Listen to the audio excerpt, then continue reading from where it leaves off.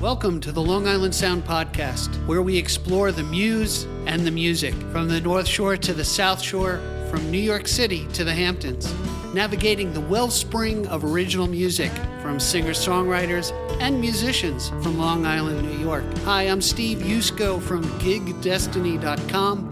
Stay tuned as we explore the Long Island Sound. My guest today pays tribute to the old adage, let's take lemons and make some lemonade. Darren Gallagher has an interesting backstory as he paid his dues over the decades with various bands and countless gigs. The dark days of COVID can bring us down or inspire creativity and hope. Well, here's some rocking original tunes in the various projects through Darren's career. Let's take a listen to his original song, Coming and Going.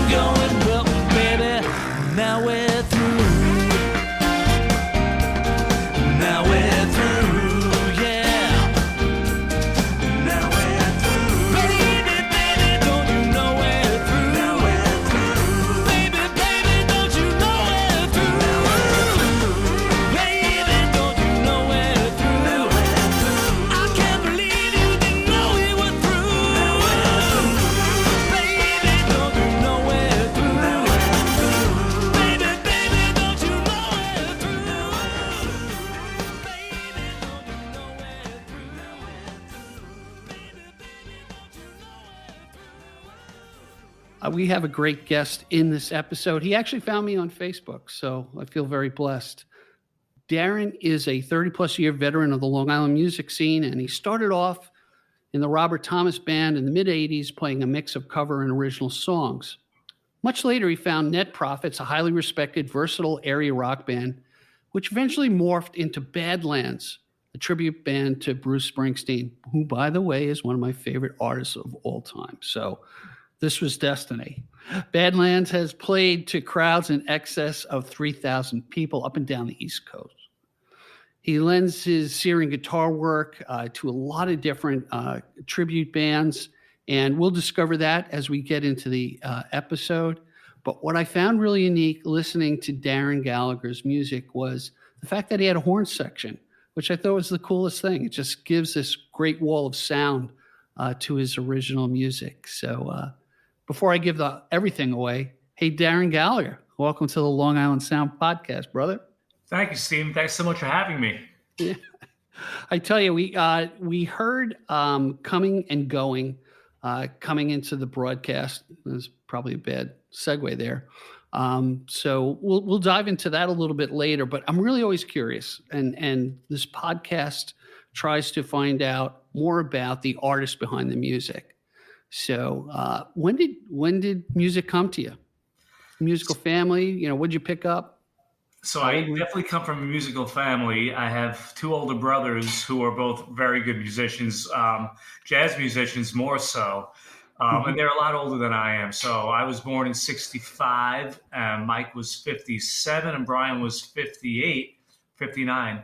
And so they were quite older. So I had their record collections at my disposal, and they were in bands. I used to come home from elementary school, and their bands would be rehearsing in the basement, and I would go down and just check them out. And I had my own little concert down there. And, I was just a big fan. I was a big Beatles, Stones fan. That's kind of what started me off.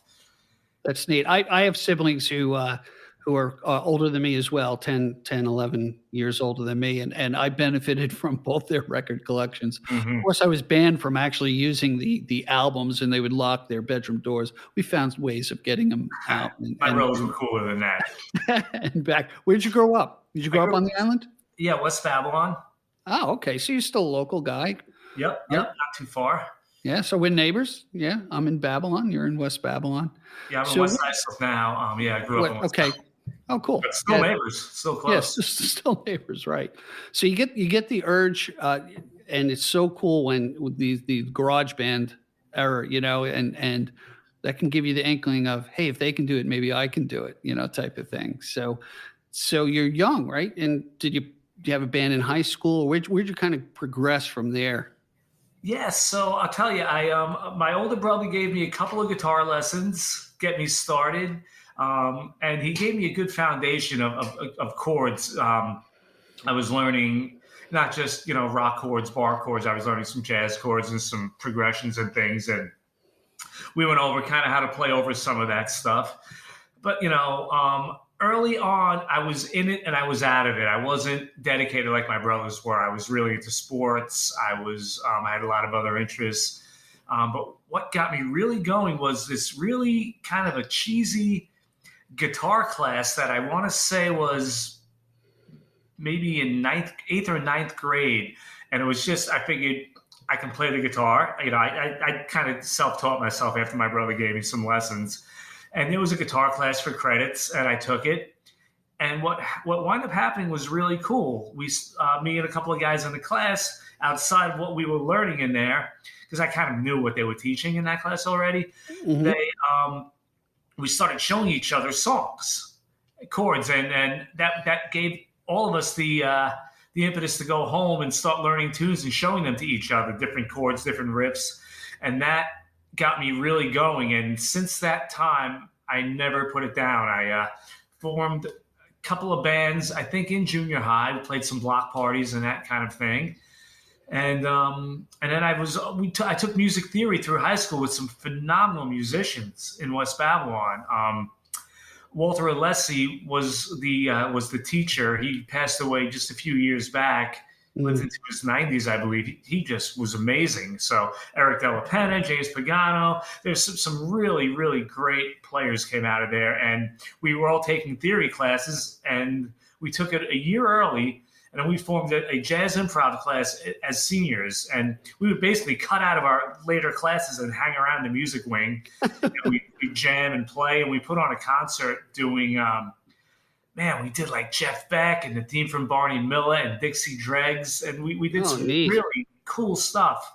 So I don't know, it just kind of all happened quickly in high school. You know what I find interesting, and I was similar to you. I had other interests, although I picked up the guitar later in life. It was just too hard for me. I learned the 3 chords, and but it's just these little encouragements. And if you're in a pool of guys like your situation, how that encouragement can really get you to I'm going to woodshed this and make something of it. And that happened with me. I played with this guy, Kevin, who said, "Hey, come and play with us." And, I'm an old man at this time. I'm in my, late 30s, and I was horrified how I played, but I got the itch, to say, I can do better than this. I can really kind of jump into it. Now, you write your own songs? Were you writing songs back then as I well? wasn't. Okay. I wasn't writing songs back then. So back then I guess I should say that, my brother understood like that I should learn a couple of pop songs, rock songs, because that gives you kind of the motivation to keep going. Mm-hmm. People ask me often, how did you stay with it? It's so frustrating, with people who are learning. And, sure. I remember learning Angie by the Rolling Stones. He wrote the chords out for me. We went over all the chords. I was young. I was in elementary school, I guess. And I got that. And it was so rewarding. And it made me want to start learning other songs. So, yeah, same thing happened with me. Although I did it on my own, what really keyed it in for me was when guitar tabs came out. Okay. Never used one. Never. Okay. That's the only way. What do you mean? Isn't that the way you play? What? I've never used a guitar tab. I just listen by ear, or I can read. I used to read a lot of music. You stink. Oh God! So you got a skill. I don't have the skill, so I had to use that. It was a learned, rigorously learned skill, I guess. But I would be terrible if you put a music chart in front of me now. I would struggle big time. But I have an ear. I can. That's the key. If you have, you're besides the physicality of making chords and playing notes and strumming and all this other things and rhythm, to have that ear to know when it's off, and where it should be or what key you're in and that sort of thing is something that's developed. Some people have it naturally and sometimes you can work to develop it, for sure. So I've always been able to just put on a song. I can go through the albums, Leonard Skinner Live, that live album. I would go home and learn every lick on that, Allman Brothers Live. And then, of course, the Beatles and Stones stuff. Then Steely Dan came, and that really was a challenge. And, I would sit there and pick up the needle, put the needle back, pick up the needle, put the needle back, and, learn that stuff. For the young kids that are listening, we're talking about vinyl LPs where you would spin in a circle and you could listen to one particular part and lift the needle up and then put it right back down in the same spot, which a lot of people learn that way. It's pretty good. A lot of kids are listening to vinyl again. Yeah, it's a big thing. Of course, my vinyl is with a former roommate somewhere with probably my baseball card collection. Collection. I've got my vinyl. I've got some of my baseball card collection. A lot of it got ruined in a flood in my mother's basement in the laundry room. Right. I had baseball cards in paper bags on the floor, on a concrete floor, and we had a flood. Yeah, that was a shame. So tell me about the song that we heard, that our audience heard before I introduced you, Coming and Going. How did that come about? So that tune is one of the older tunes that I resurrected. I used to play that out with the Robert Thomas Band. I wrote that song. I was living home. I was in college probably, and I was sitting on my bed in my mother's room, in my mother's house in the basement with my guitar, with my Telecaster probably, and I just started playing kind of some jazzy major 7 chords, and I started messing around with descending chromatically, and it kind of reminded me of Steely Dan a bit. Mm-hmm. I just came up with that intro, and I started playing a progression with it, like a minor blues progression type of thing, and I would. That was one of the earlier tunes I wrote, but I still write the same way. I kind of write the progression first, and then Mm-hmm. a melody comes to me, and I start humming. I started humming sounds until something Okay. sounds cool, and I came with "Who You Had Me Coming and Going" as the hook, and I liked it, so I kind of built a song around that. And it's imaginary. I mean, life experience. It's pretty much about leaving somebody who wasn't good for you. And I've probably Right. had to do that several times after that song was written. Yeah, But what's interesting about songs. I'm very loath to ask, oh, what does that mean? Because music's supposed to be put out. At least my opinion, music is put out there for interpretation and for people to make it their own and tie it to their own experience. That's what kind of, and then it becomes the song track of their life, even though you may have had a different inclination of where you were going with it. So that's the cool thing. absolutely.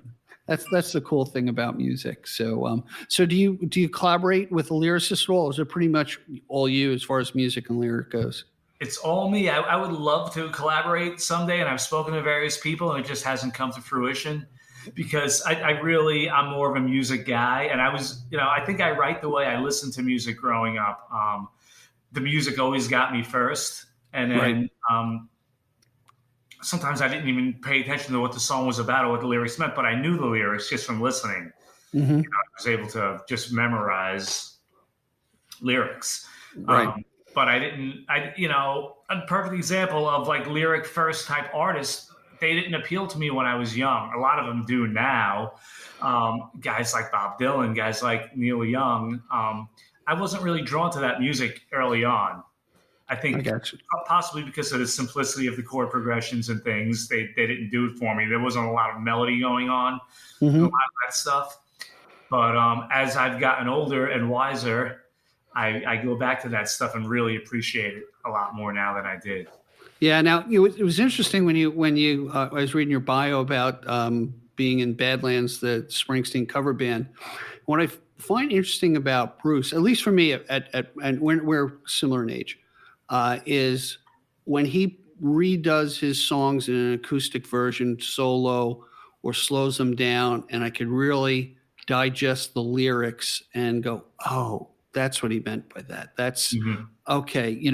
I mean, I mean, just what comes to mind is when he does, I pushed B-52 and bombed them with the blues. And as a younger man, I had no idea what the hell he was talking. I was thinking of the B-52 bomber. There's a tie in there, but he's talking about a jukebox, and you get that. Oh, I could have had a V8 moment. Right, Listening, right. Happens a lis- lot to me. listening to the music again. So why don't we do this? Let's just take a quick break. We'll regroup and we'll dive into some other things with Darren Gallagher. Stick with us, everybody. Hi, Steve Yusko from Gig Destiny here. Well, as you're probably listening to this podcast, you're probably thinking about that musician who would make a fantastic guest here on the Long Island Sound. Well, we'd like to hear their story. We'd like to hear their music. So have them reach out to us at gigdestiny.com and we'll explore their craft. Now, back to our podcast. Hey, we're back, everybody. I'm Steve Yusko, your host, of course, with Darren Gallagher. And Darren, I was really it was interesting that you've been in a couple of tribute projects. And this is the era of the tribute band. And I don't say that with disgust at all. It's a means to an end, and it brings in money both for the musicians and draws the crowds too. So give me a little bit background on the stuff you've done and projects that you're doing now. Yeah, so it was nothing I ever wanted to do. I never wanted to be in a tribute band. I was in a band called Net Profits, which was a cover band, a pretty good quality band. We would do stuff like Steely Dan, old Elton John, old Bowie, some Boss Skaggs. We were all over the map, and we did some Springsteen. And Chris Cangelleri was the lead singer of that band. And I did some singing, but I was more the lead guitar player there. And he had a voice could really belt out Springsteen. So people would, we would do Born to Run, we would do Prove It All Night, or 10th Avenue Freeze Out, and people would come up to us and say, we had a sax player in the band, you guys sound just like Springsteen, that sounds really great. And my keyboard player came up to me with the idea, maybe we should turn this into a Bruce tribute band. You're not going to like this, but I said, I'm not really that big a fan. I was not like I mentioned before, that kind of music didn't really appeal to me. It didn't resonate. It didn't resonate with you. Yeah. Didn't resonate with me early on, but I saw what was happening with the tribute bands, and I took a listen to, I always loved his, Darkness material and the material on Born to Run and earlier.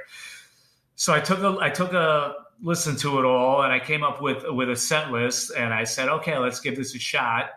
And we learned those tunes, and the band sounded great. We had a dedicated organ, dedicated piano, and we had, Chris played rhythm guitar and did the Bruce. I did the Little Steven harmonies. And we did our first show. We did a live video shoot in West Babylon at the studio over there that I can't remember the name. It's not there anymore. And we did our first gig at 89 North, and it was packed out. I said, we are onto something. There were maybe 400 people, wall to wall. And we opened up with Badlands, and the breakdown part, the whole audience was doing their whoa. Oh man. It was a rush. So I'm like, all right, I can dig playing Springsteen and doing. I can get used to this, right? Well, I always say I've played original music to 5 people, to 5 to 50 people. I played in cover bands from 20 to 100 people. Then I played in tribute bands from 200 to 3,000 people. So amazing. If you can do that, you know what? There's a lot of people who poo-poo it, but honestly, if you do it right and you're tributing an artist that's worthy of the tribute, and I would have to say Bruce Springsteen is an artist worthy of the tribute. So, yeah, look at Mike Del Giudice, who with Big Shot, Exactly. And he, a talented guy, and I happened to listen to some of his original music, and I'm like, wow, his original music really carries great weight. It's excellent. He's a super talented guy, super nice guy. He heard my Quarantine World, and he sent me a message with some really nice words about that. So that's funny because an earlier guest, a guy named Matt Marshak, who's a jazz guitarist now doing country Americana, grew up either across the street or down the block from him. And he played with Matt's brother, Chris. And that's how he got inspired. Just like you got inspired by listening to his brothers, do the music. So amazing. Yeah, maybe he'll be a guest someday, but he looks kind of busy. So who knows? He's a Long Island guy, it's the Long Island sound. I think there's a way there. Billy Joel's a Long Island guy. So yeah, you never know. And that's how I got the name for the podcast was Billy Joel at the Long Island Music Hall of Fame said, the Long Island sound is more than a body of water that just separates Connecticut from Long Island. So I was like, oh, bingo, Perfect. So what are you doing? Are you doing a trip? Do you have an active tribute band now? Or what are you doing now? Yes. So from Badlands, I wound up in a Cars tribute band, which was a lot of fun. Elliot Easton has always been one of my favorite lead guitar players. So I had an opportunity to do that gig and play his stuff. And that was a lot of fun. We also mixed in like an 80s tribute with that. So I got to sing a bit and play lead. And I was in that for about 3 or 4 years. I recently left because I've been concentrating on a very interesting band. It's kind of a tribute to the English music, pop, kind of sophisticated pop that I grew up loving. Squeeze, Joe Jackson, Elvis Costello. Yeah. So there's a new project that it's about a year old now called Playin English, Playn English. So it's a little play on plain English. Yeah, a little pun there. Got it. Yep. Yeah, a lot of people don't get it. But get it. But we do Squeeze, Joe Jackson, Elvis, and we throw in, maybe some Nick Lowe, and we'll throw in any kind of English tunes and even some smart pop tunes that aren't English. and it's a great band. I got to reunite with one of my bandmates from Robert Thomas band, Tom Huber, as the drummer. Okay. This is a band that are just good friends. I've known for a long time, and this is all about having fun playing what we want to play. Nice. That's great. It might not be the hottest selling ticket, Squeeze Joe Jackson, Elvis, but it's building, and people really like it, and the band pulls it off very well. It's not easy music to play. Right. And you know what it's if you can get a cross-pollination between fans of all these different artists, and it's almost like a variety show, really, when you come down to it, and people enjoy that. Definitely. Sam Powell, who did all the horns on my music, he's the Glenn Tilbrook in the band. I'm the Joe Jackson in the band. And Tommy Flint's from Ricky and the Roaches is the bass player, and he does the Elvis Costello. Oh, great. Nice. So Tommy Flint's is the New York Bee Gees. I should really plug the guys. They're all great guys. Wait. The New York Bee Gees. Say that guy's name again? Tom Flint's. Mike and Tom Flint's are brothers. They came up in Ricky and the Roaches back with Jim Small and myself and Robert Thomas band in Dakota Rose days. We used to play. Oh, sure. Yeah, because I remember. I think he's been at the Paramount because he and his wife did a lot of stuff online during COVID, which that's Mike Flint's. Yeah. So that's kind of cool. Yeah, Mike's great. He just put out a video today on his. He has a new band, and I'm sorry I don't remember the name of it, but I saw a brand new song, and the band is just killer. One of the singers was an American Idol, maybe a finalist. I'm not sure. And Mike is ripping on guitar, and it's just like a really good hard rock kind of nice late '80s vibe thing. It's really good. Yeah. By the way, for those who don't know, listening to the podcast, I do put links in the chapter marks. So anybody we're talking about, and you want more information, or two old guys here who can't remember something, the chapter marks will be a place to look it up. So you'll have a reference point there. Speaking of videos, you've done a few videos, and they were pretty good. Oh, thank you. I've had some help. I've had some really been very lucky to be blessed with some very talented people around me, and we all had time during. I really just started recording this batch of songs all during lockdown. We locked down. I learned the technology. I learned how to record. I bought equipment, set it up. I'm recording my vocals here, my guitars here. I learned miking techniques. So I did that all, with the extra spare time that we all had. Exactly. I guess that's the silver lining to COVID. I mean, we could wallow, and there's a lot of difficulty. I'm not diminishing any of that, the people we lost. But, take that energy and put it into productivity is kind of cool, which we weren't meant to do this, but that kind of segues into quarantine world. That's that song you wrote. So you want to talk about that, and then we'll have our guests listen to it. Sure. Quarantine World is so the way Quarantine World happened is during COVID, I was in my studio a lot, and I wasn't writing any music, but I was putting out a daily song. I was calling them Corona songs, and I would record a song and just put it up on my Facebook profile. It was really lifting people's spirits. So I would take a random cover song, and I would do it either an acoustic version or maybe with my Telecaster, and I'd put it out there, and it was great. I was getting tons of comments. People were thanking me. I did it once. But then people kept asking for more, so it wound up being an everyday thing to the point where I was kind of under pressure to get a song done every day, even if I wasn't in the mood. Right. So I put one out every day for, I must have done 40 or 50 of them. And one day I woke up and I had the news on, and Cuomo was talking, and it was all about, the death tolls climbing and, what we all went through, what we all experienced. And I was here alone. I have my kids half the time. I'm going through a divorce, actually. So I've been separated for a few years. And I was alone that day. And I grabbed my guitar, and a progression came out to me. And I said, you know what? I think I got a new tune here. I hadn't written a song in really a long, long time. Wow. And I came up with the progression, which you'll hear, the opening chords, 3 chords, and the line just came to me. I didn't know what I was going to write about, and usually lyrics come way later for me. And I said, turn on the news. All I see in front of me, death tolls climbing and a down economy, which all was happening.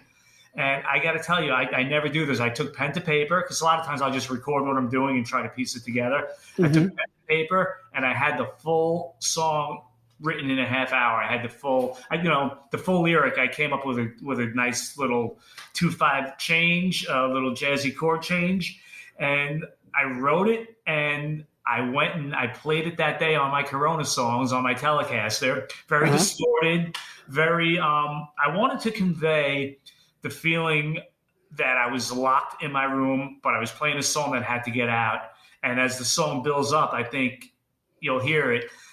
It's just frustration, and I'm literally doing like a John Lennon type of scream at the end of the song. And a lot of people I had to explain this to because I'm singing. A big part of the song says, "We've got no hope. We're living in a quarantine world," and people have said to me, that's terrible that you feel that way, that you're writing. I said, well, I don't feel that way, but I'm writing from a position of being here, and it feels hopeless. Yeah, and that's the whole lament or the blues aspect of things. There's nothing wrong with connecting with people and saying this effing sucks. Right. And then, you know what? Other people are, yeah, he's saying exactly how I feel, And if you put it to a song, you don't have to be looked at as crazy. When I'm in the room by myself, so I had a friend over actually because I played it for them and we were recording, and I was screaming at the top of my lungs. That's what I wanted to do, and sure. So I wound up putting it out there. People loved it. I put the lyrics out there, and I get a call from a buddy of mine, Chris Cangelleri, who's the lead singer in Badlands. Okay, and he's a great singer, and he's pretty savvy in the recording studio.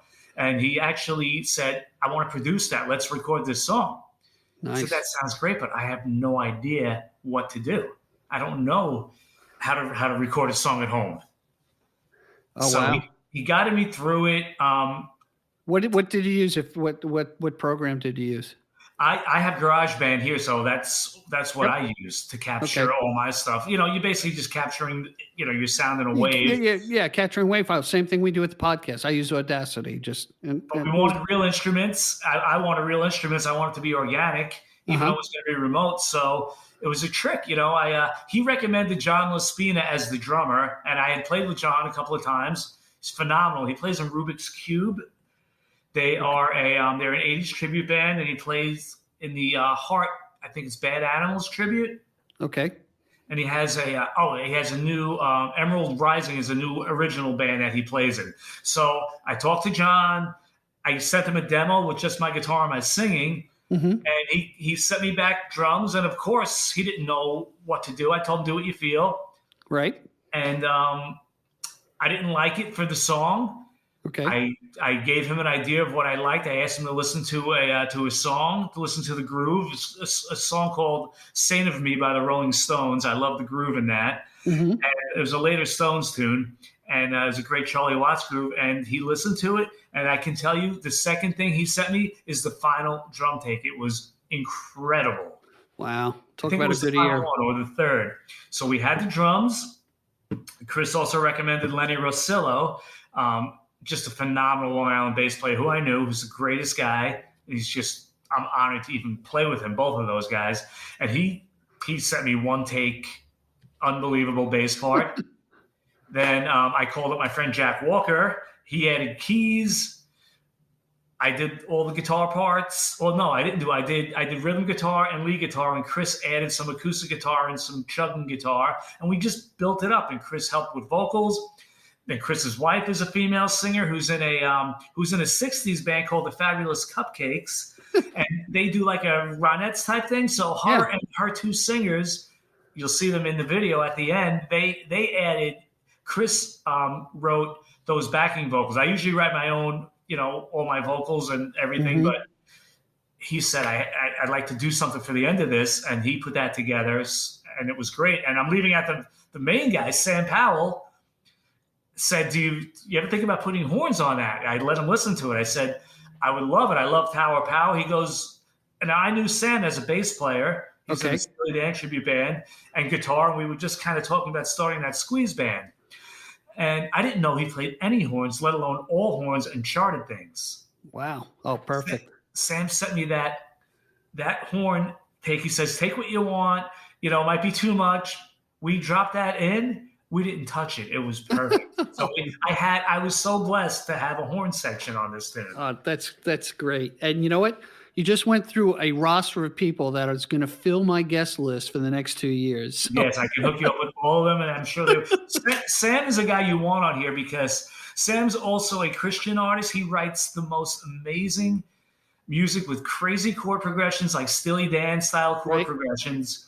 He's a phenomenal singer. He plays every instrument. He's a very interesting guy, and he has a lot to offer. I'll hook you up with Sam. He's great. Now we've recorded him, so he's going to be guilted into it because yes. if he's a Christian, guilt is going to work. So yeah, it works if you're Christian or if you're Jewish, right? Yeah, true, right? Yeah. Judeo-Christian guilt works wonders. You get a lot done with it. So let's take a listen to Quarantine World. Enjoy, everyone.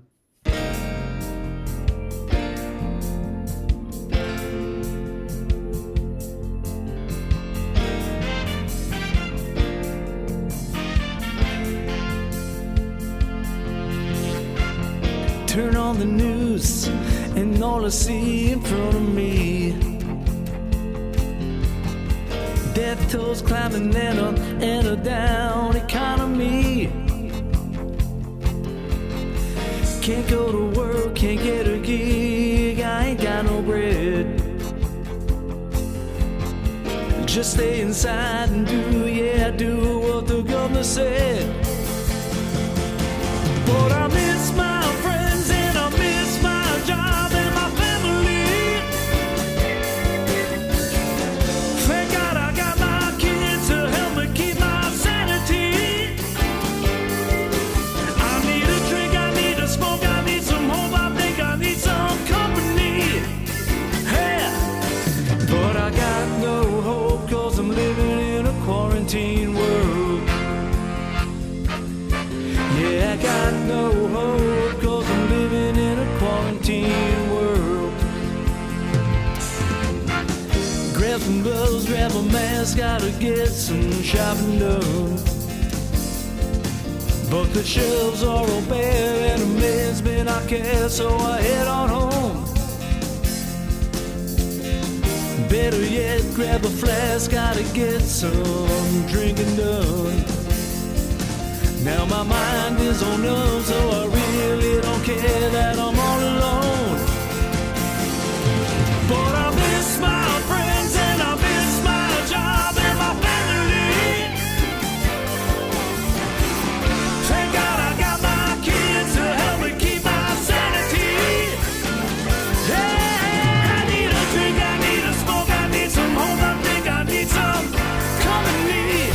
Yeah, but I got no hope 'cause I'm living in a quarantine world. And I just can't cope 'cause I'm living in a quarantine world.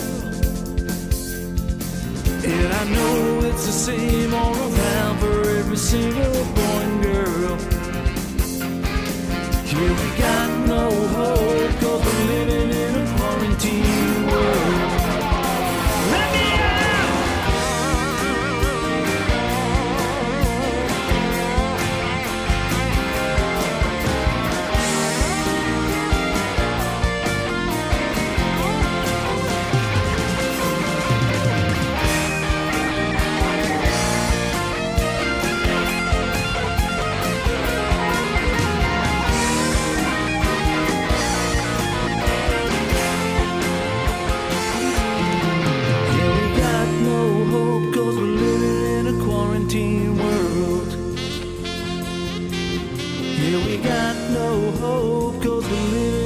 quarantine world.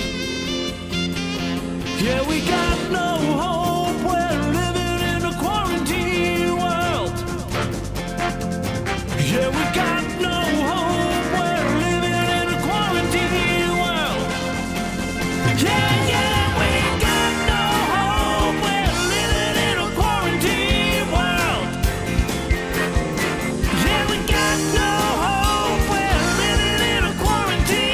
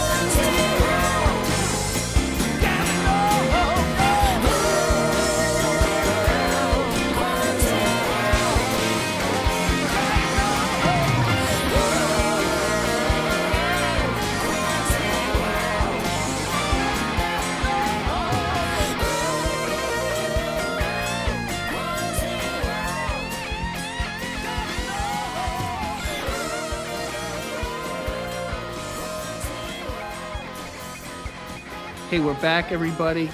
I don't know. I think anybody can relate to that song after the past 2.5 years. So thanks for sharing that. That is so cool. And it does make me want to scream, but I want to throw off my volume levels because I won't have to figure out how to fix it. Thanks for listening. Funny story about the screaming on that. I put that together piece by piece because I kept losing. I was really, I always consider myself a guitarist first. My singing came later. Mm-hmm. I get by on my voice. I used to always let other people do the singing, but I did decide to put a band together and go out and do these tunes. And Quarantine World in particular, very challenging. I would lose my voice. I would have to shorten the screaming at the end, because I would just inevitably, I just couldn't, after a night of singing, because we would encore with that tune. And and people would be singing along to it, which is amazing. We would break the band down and people would start singing it, and I would lose my voice. Yeah, exactly. That. But just yeah, amazing. That song put me on the map, man. For original music, I got radio play. Stony Brook played it. WEHM, which I love, out east, played that song. And I sent it to the Time Machine radio show, this show that I really love. It's a quirky, based out of Hawaii, national radio show. And he loved the song, and he called me and did a radio interview, a live radio interview with me. And the interview was played and the song was played nationally, and that was just a rush. Wow. And I wasn't expecting it. I wasn't expecting the phone call. I sent him the song early on a Friday morning. I went to my sister's, still during COVID. We were out in her garage with the door open playing darts. We spoke about that in the interview, had a couple of beers, came home with my girls, and I got this call. Not drunk, but a little tiny buzz on, and it was just free-flowing interview, my first real interview like that. You were loose. I was loose, and it was a lot of fun, and I recorded that, and I have it, and I did a TV interview with the Donna Drake show. I sent her the video of the song, and she loved it. Wow. And she wanted me on there, and I went to her studios, which was incredible, and we did a TV show, so... Yeah, I saw that. It was great. You did very well, by the way. Very great interview. Very relaxed.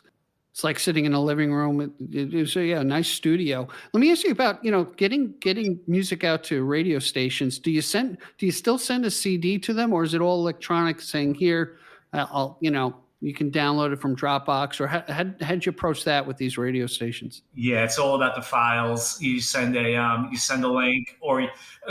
So it's worked a couple of different ways. Some people wanted YouTube videos, and one person actually played the song from the YouTube video. Really? Yeah. Okay. Robin's Nest on WUSB, Stony Brook. Yep. Yeah.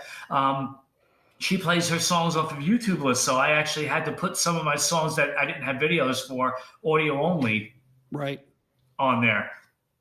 But you send that to them. You write a little bit of letter about yourself, try to differentiate yourself, and sometimes you get lucky. I mean, I submitted. I thought, I'm very fond of these songs, and I think they're of high quality.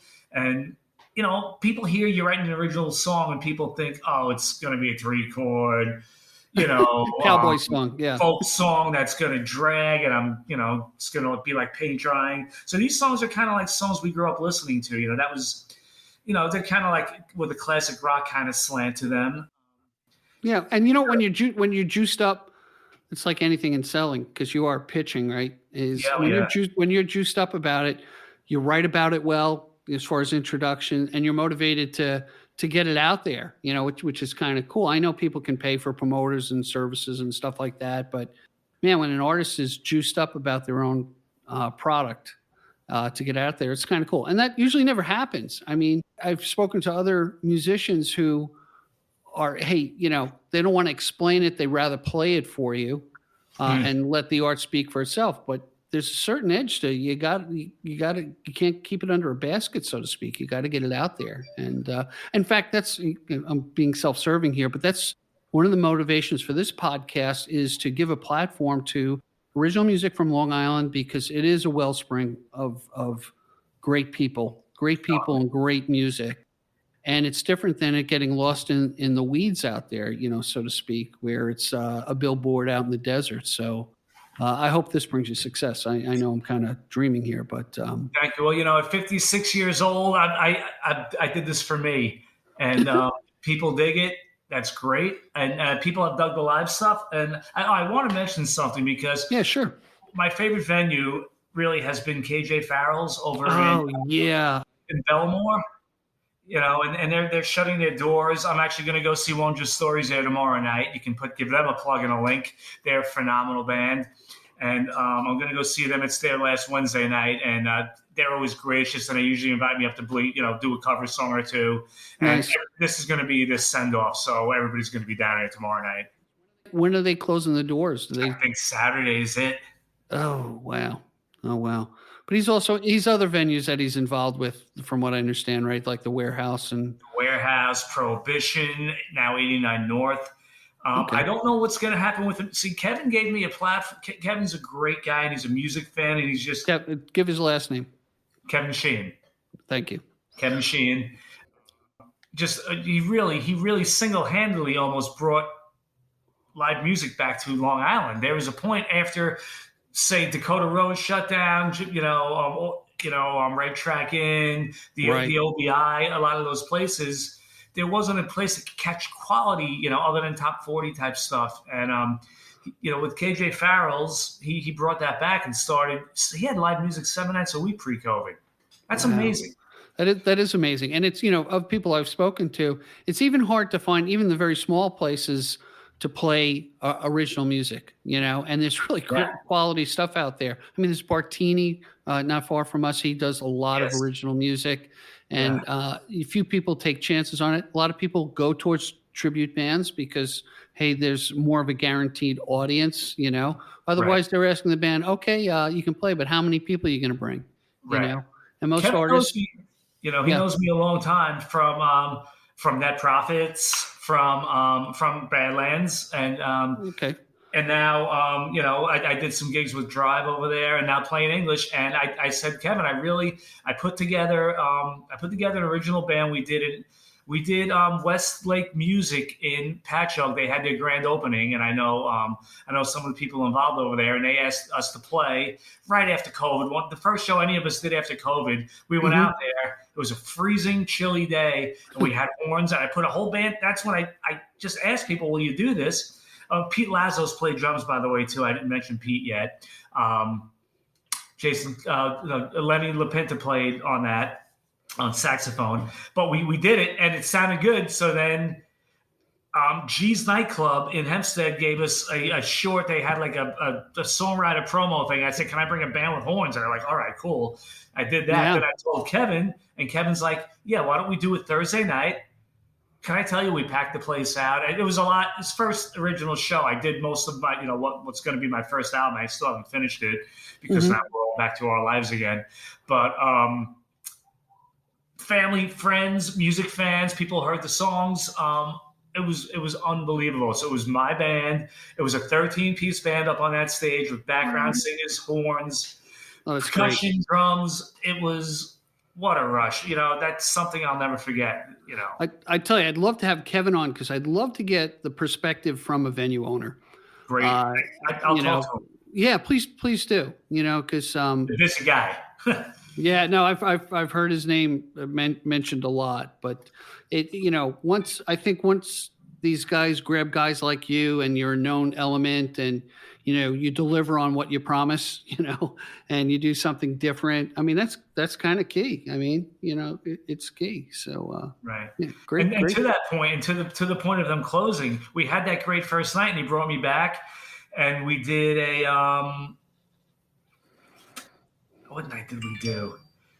We did another weeknight, maybe a Tuesday this time, which is harder. And we didn't do as well. It was a really crappy weather night too. Mm-hmm. And this is the problem that he was running into. Then he gave us a Sunday. We did a Sunday and it snowed. And I think I might have played to 10 or 15 people. And it was such a drag.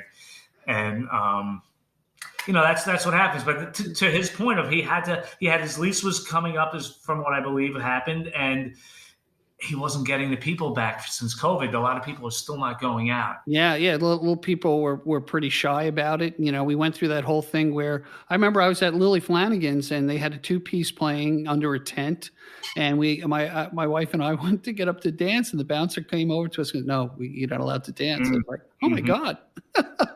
But you know, it struck reality. But you know what? I honestly, and maybe this is just hopeful thinking on my part, I think this is going to be a great summer. I think people are just really anxious to get out and party and rub elbows with people and just kind of celebrate being alive, you know? I hope so. I've got a lot. I got about 30 gigs on the books between, I'll mention my other couple of projects if you don't mind. Give a little plug. I do not mind at all. Brand new project, which is becoming a lot of fun, is a band called Instant Replay. David Salab, who's actually one of the, I guess he's a small percentage owner of 89 North.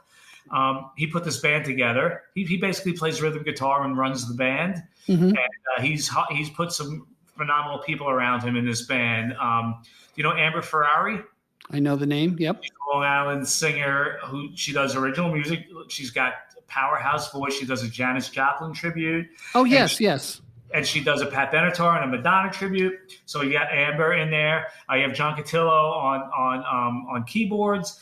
Simon Walsh, who plays with 45 RPM, and he's just a rip. He plays bass. And we have Rafe on drums.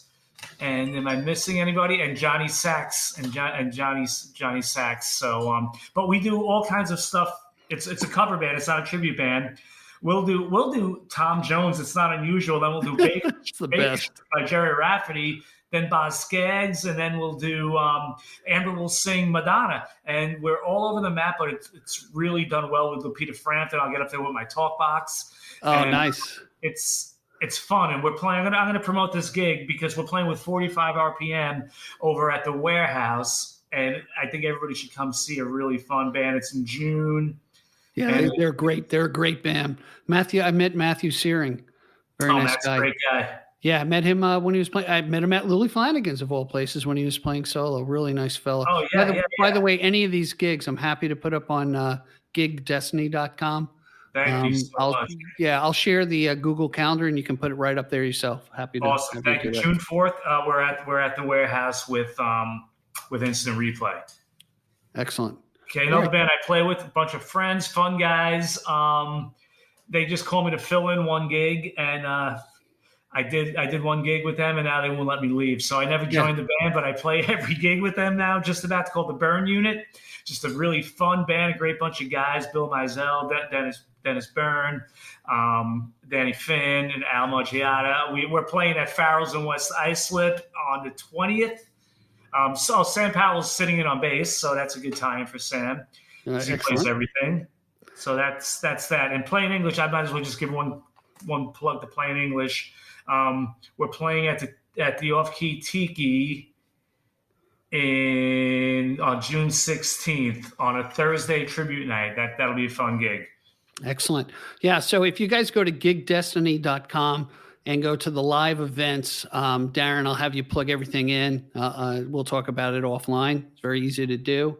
Cool. And happy to promote live music on Long Island. That's for sure. Hey, let's do this. Let's get into the last song that you brought to me, Can't Get Over You. Tell me a little bit about that, and then we'll have our audience get a gander at it. Okay. Can't Get Over You is that's one of my personal favorites. That's kind of an all-out rocker. So you've heard 3 of the tunes. I've had like 9 or 10 tunes for this album. Whenever I finish it, I've got about 7 done, and those are more on the rock side. But I have a kind of a very jazzy tune. I have a reggae tune called Your Love. It's reggae-ish rock. I have a ballad. So really all my influence I'm just wearing on my sleeve here, and you can hear the opening riff, and that's very Doobie Brothers-ish on Can't Get Over You, and it's got a kind of a southern rock slant to it. And again, it's just written from a point of view of a woman who did a man wrong, and he's writing a song about it. And it's just a good barroom rocker. Richie Naso jumped in. I play the leads on that, but Richie plays the slide because I cannot play the slide very well, and I cannot play anything like Richie Naso. So he came in and just came back here and crushed it. He crushes it live, and that song goes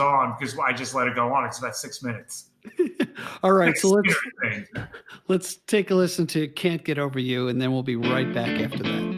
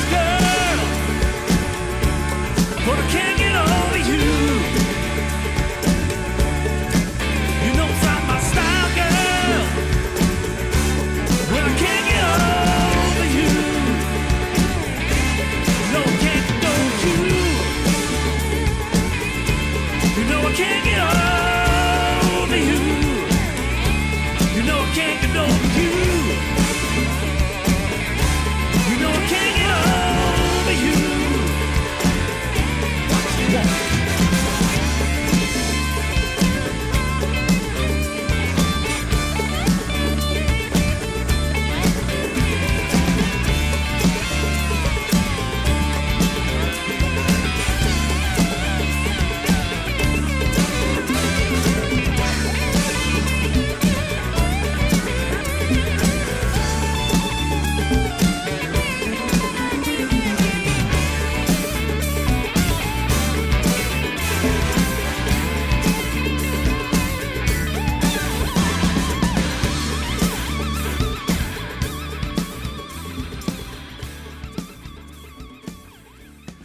Hey, everybody, we're back after that rockin' song. So just by the way, you can find Darren Gallagher's music on Spotify as well. We'll have the link right in the chapter marks and in the description as well. So I don't know. Do we cover it all?